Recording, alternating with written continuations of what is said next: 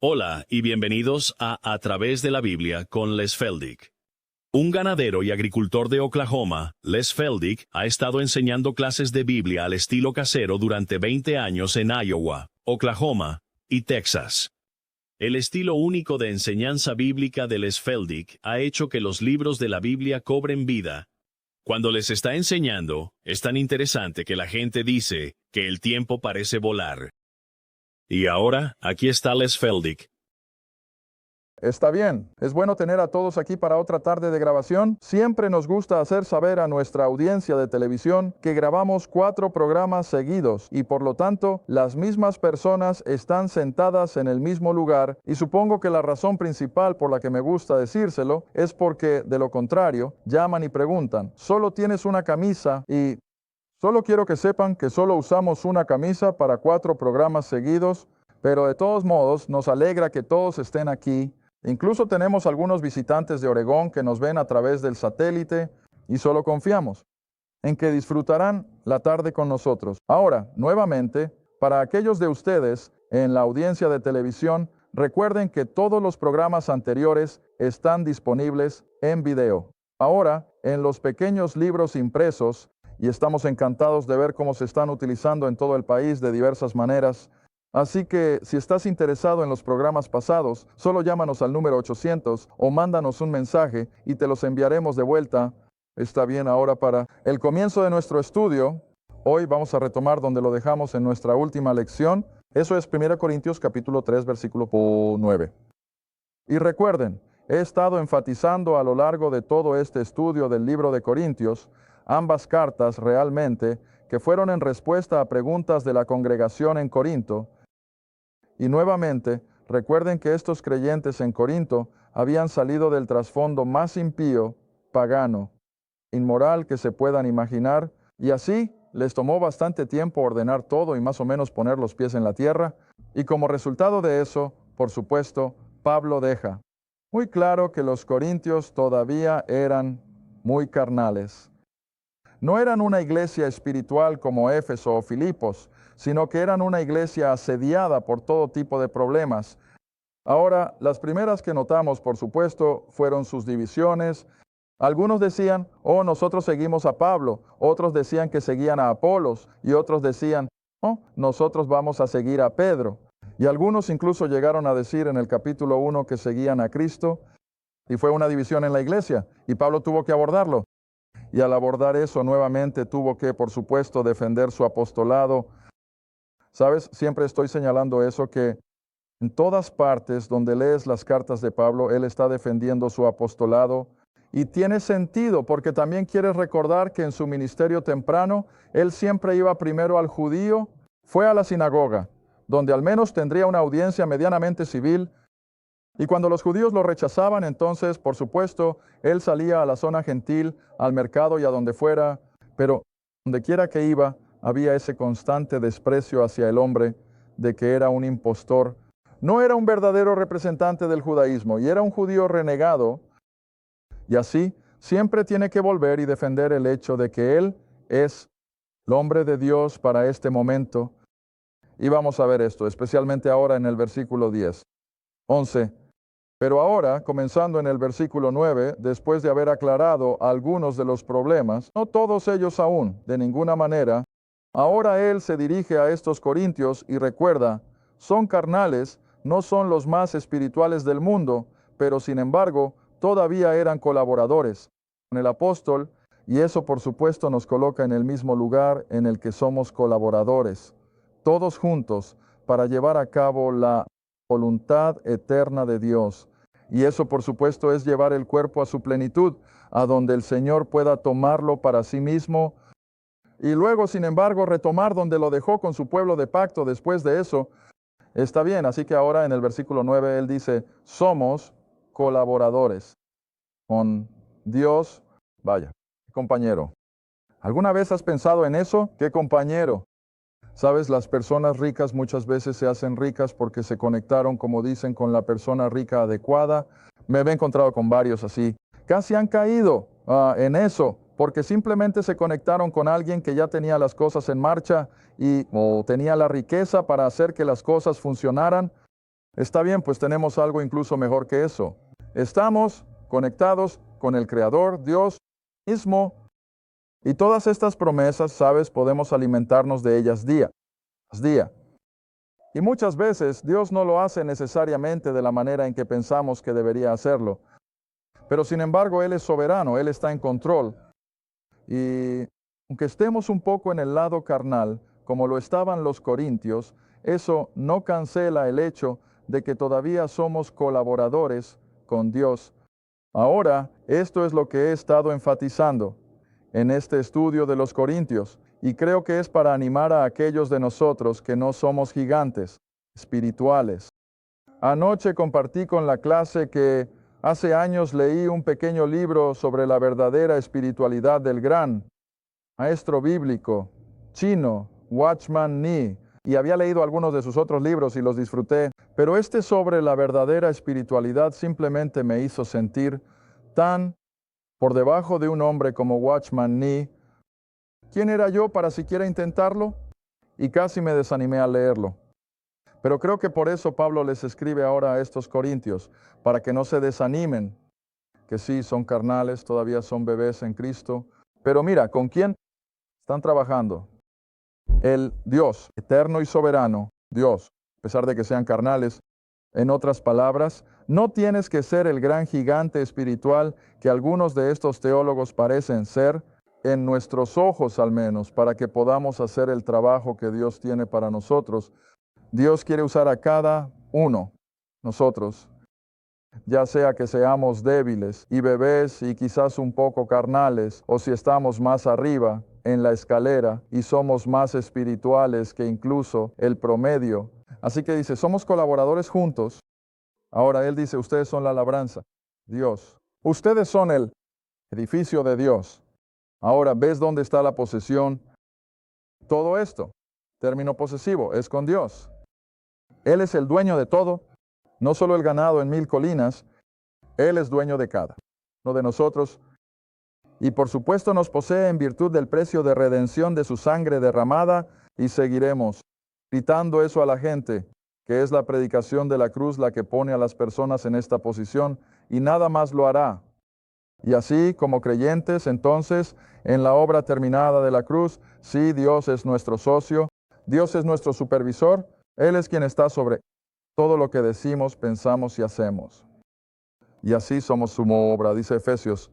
Somos su labranza y somos Dios. Edificio, ahora vamos a quedarnos con esa palabra edificio en lugar del aspecto de labranza, porque cuando lleguemos al versículo 12 estaremos tratando con materiales de construcción, pero pongamos eso en pausa por un momento porque quiero llegar al versículo 10, donde Pablo menciona algo que realmente me impactó hace muchos años, principalmente porque una pareja en una de mis clases casi me había estado acosando con una pregunta en particular. Y fue después de que enseñé los primeros capítulos de Hechos, y él era un hombre brillante, era una persona muy educada, y tenía un intelecto muy por encima del promedio.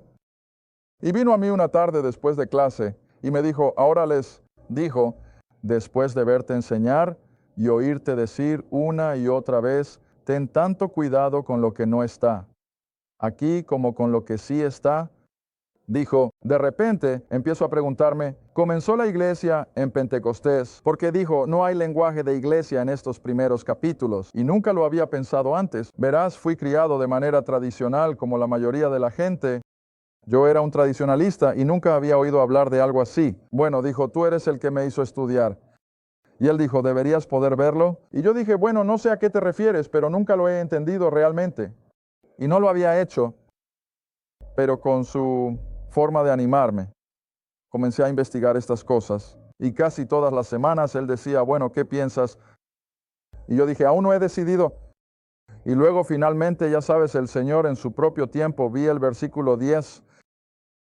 Ahora, no digo que si no estás de acuerdo conmigo estés perdido o algo así, pero yo solo mantengo que si lo ves como yo lo veo, este libro simplemente se va a abrir como nunca lo has visto antes.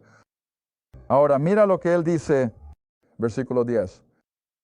Según la gracia, Dios que se me ha dado a Ahora, siempre recuerda, cuando Pablo habla en primera persona de sí mismo, no está siendo presumido. Él está escribiendo por inspiración del Espíritu Santo. Cada palabra, incluso cuando se alaba a sí mismo, es santa, inspirada por el Espíritu. No lo olvides. Y así ahora él dice, la gracia de Dios que se me ha dado. Como un sabio, maestro constructor, he puesto el fundamento y otro edifica sobre él. Ahora siempre pregunto a mis clases aquí en Oklahoma cuando enseñamos este versículo, ¿alguno de ustedes ha construido una casa o un edificio o lo que sea? Necesita un contratista. ¿Cuándo entra en escena tu contratista principal? ¿Cuándo? Cuando la casa está a medio construir. Cuando comienzas a hacer planes para construir, ese contratista entra directamente en la imagen contigo. Él es quien sale y marca dónde se va a construir y es quien pone el fundamento. Desde el principio él está involucrado. Ahora, ese es el papel de un maestro constructor. Él no es alguien que aparece en la escena cuando el edificio está a medio construir solo para terminarlo. Él va a estar ahí desde el primer día. ¿Está bien? Ahora eso es lo que el apóstol afirma ser, que él es el maestro, constructor, y está hablando, por supuesto, de la iglesia, el cuerpo de Cristo. Está bien, entonces avancemos un poco en el versículo, y él dice, he puesto el fundamento. En otras palabras, él está ahí desde el primer día, supervisando esta construcción. Ahora recuerda de lo que estamos hablando en el versículo 9, es que estamos trabajando juntos en este edificio y por supuesto el edificio es el cuerpo de Cristo. Entonces, la última parte del versículo, que cada hombre tenga cuidado de cómo, siguiendo los pasos de Pablo ahora, construye sobre eso. Está bien, tú dices, bueno, eso no es suficiente para convencerme.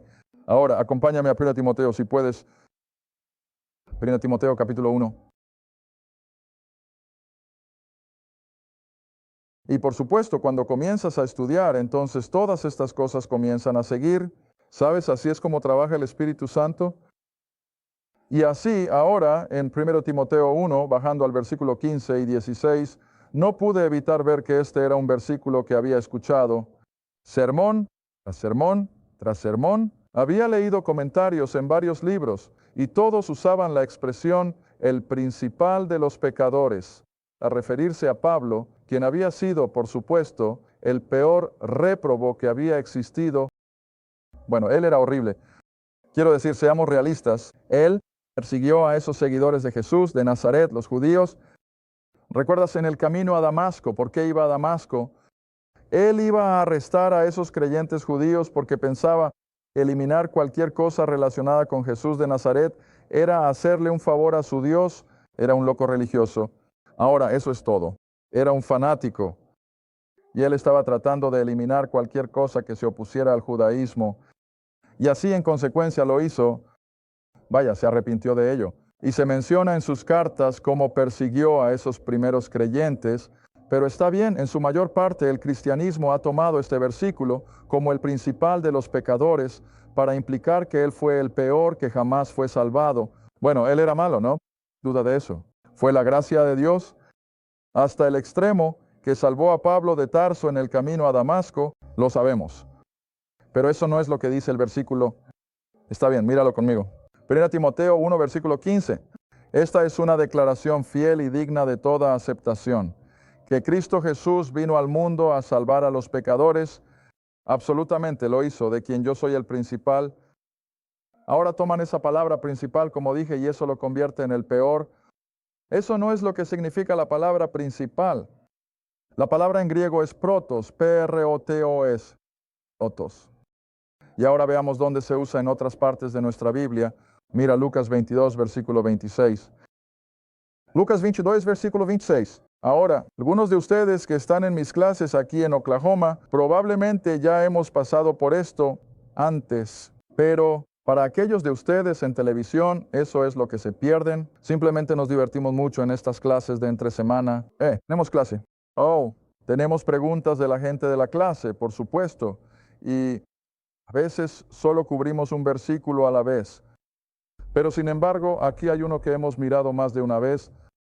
Y ahora en Lucas 22, versículo 26, se usa la misma palabra griega que se utiliza en 1 Timoteo 1:15. Y Jesús está hablando y dice, pero no seréis así, sino que el que es el mayor entre ustedes, sea él como el más joven y el que es principal, como el que sirve. Ahora mira ese versículo.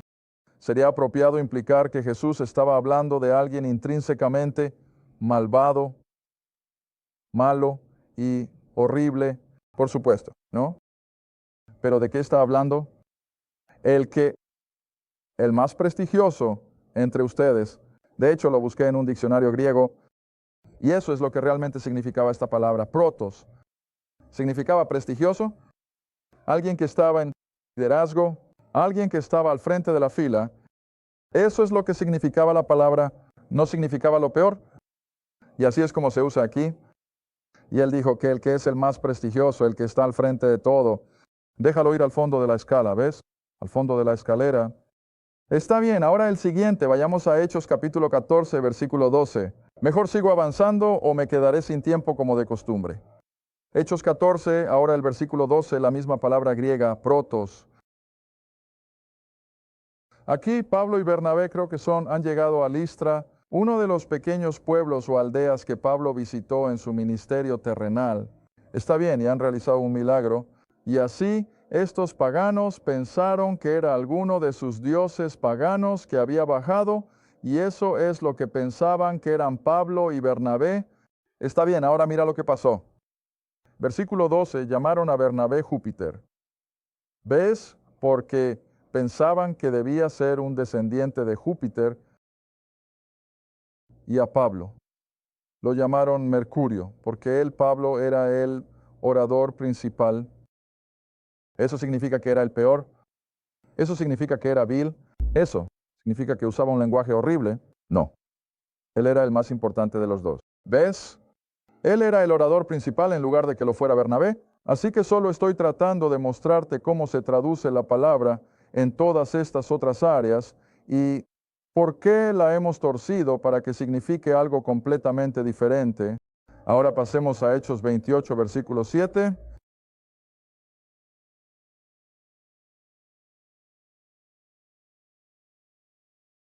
Ahora esto es lo que yo llamo estudio bíblico. Esta es la única manera en que podemos aprender. Solo comparamos las escrituras con las escrituras y no solo tomas lo que yo digo, tú buscas las escrituras. Está bien.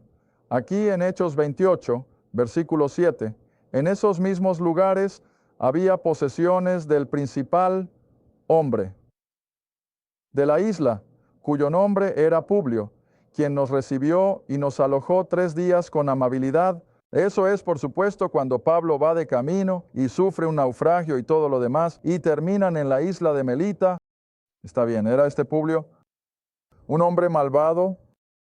¿Es eso lo que él está tratando de decirte? No. ¿Pero él era qué? Él era el jefe en la isla. Probablemente era el gobernador y por lo tanto él era el jefe de esa isla. Una más, Romanos capítulo 3.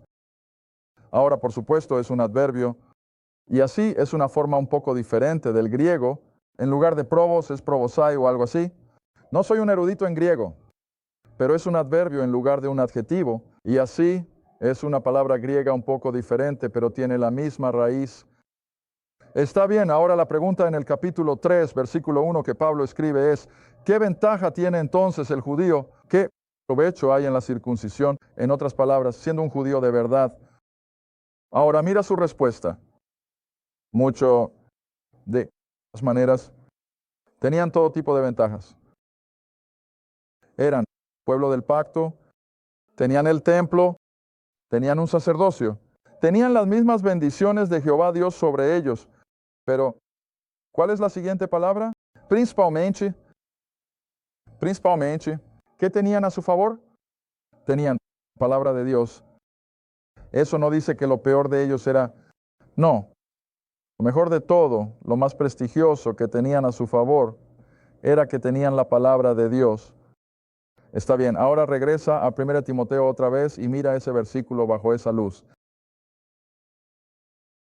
La misma palabra, no tenemos derecho a poner nada malo y maligno. En la definición de la palabra protos, eso puedo verlo. Está bien, versículo 15. De nuevo, entonces, a la luz de eso, esta es una declaración fiel y digna de toda aceptación, que Cristo Jesús vino al mundo para salvar a los pecadores, de los cuales yo soy el líder. Soy el primero en la fila, soy el primero. Ser salvado por tal gracia, y eso lo admitiré.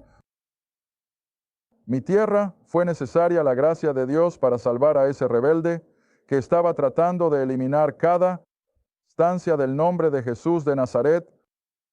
Así que Dios lo salvó por gracia. Pero él, versículo, no implica que él era el peor, el más malvado, el más vil. En cambio, él es la cabeza de una línea de pecadores que serían salvados como él lo fue. Y aunque tal vez nunca haya perseguido a alguien, aunque tal vez no haya condenado a muerte a personas, sin embargo, yo era tan gran pecador a los ojos de Dios como lo fue Pablo de Tarso. Y tú también lo eras. Cada uno de nosotros éramos pecadores, tan viles a los ojos de Dios, porque la imagen en Romanos 1 y luego otra en Corintios no es nada bonita. Y Pablo dice, así eran algunos de ustedes y así éramos algunos de nosotros, ¿ves? Pero, el principal, el más prestigioso, el primero en la fila, fue salvado primero. Y ahora aquí vamos a través de los siglos, ¿ves? Está bien, ahora pasemos al versículo 16 y simplemente tiene sentido, todo el sentido del mundo. Ahora no uso comentarios. Nunca lo he hecho, pero de vez en cuando alguien me da uno y entonces lo único que hago es volver y comprobar si están totalmente en desacuerdo conmigo o qué. Pero ¿sabes qué pasa tan a menudo? Se saltan versículos como este. Simplemente los ignoran como si no estuvieran allí. Y sé por qué. Mira, no quieren arriesgarse como lo estoy haciendo hoy. Porque ya sabes, cuando te arriesgas y dices, oye, así es como realmente aparecen las escrituras, los tradicionalistas van a estar en desacuerdo. Bueno, ese es su privilegio. No me molesta en absoluto, pero tengo que enseñarlo de esta manera. Simplemente me emocionó el corazón. Está bien, ahora el versículo 16, entonces Pablo dice, pero por esta causa, ahora míralo, ahora soy muy exigente con el lenguaje, ¿sabes? Pero ¿por qué? Por esta causa obtuve misericordia. ¿Qué hay en mí? ¿Cuál es la siguiente palabra? Primero siempre ha significado lo mismo. Significa estar al frente de la fila. Que en mí, primero, Jesucristo pudiera mostrar toda su paciencia para ¿cuál es la siguiente palabra? Patrón. ¿Y cuál es el patrón? El primero, no haces un montón de cosas como si estuvieras cortando tela o si estuvieras cortando madera. No haces un montón de cosas y luego decides, tal vez debería dibujar un patrón. No, el patrón viene primero. Y luego eso es lo que se sigue en lo que sea que estés haciendo. Está bien, ¿ves la conexión ahora? Él es el principal de los pecadores. Él es el pecador, salvado por la gracia. Esa es la cabeza de la fila. Él es el número 1. Y todos los demás pecadores salvados por ese tipo de gracia, especialmente los gentiles, los seguirán a él, después de él. Todo. Correcto. Léelo de nuevo ahora. Entonces, para un patrón, para aquellos, deberían, ¿y cuál es la siguiente palabra? De aquí en adelante, no es retroactivo. Él no dice de vuelta a Pentecostés, pero él dijo, a partir de ese momento, desde su conversión en el camino a Damasco, a partir de ese momento, Dios ahora va a estar llamando a las personas al cuerpo de Cristo, que nuevamente es una revelación paulina. Mira el resto de las escrituras. No me importa si son los 4 evangelios, si es el libro de los Hechos o si te vas con el Antiguo Testamento. No existe tal cosa. Ninguna de esas escrituras, como el término el cuerpo de Cristo, es estrictamente una revelación paulina. Ahora, cuando digo Pablo, estoy hablando de lo que fue revelado a este apóstol. Está bien, ahora mira el versículo de nuevo. Entonces, así que no perdamos de vista el punto, que es una afirmación fiel que él era el principal de los pecadores, no el peor, pero él estaba a la cabeza de la fila.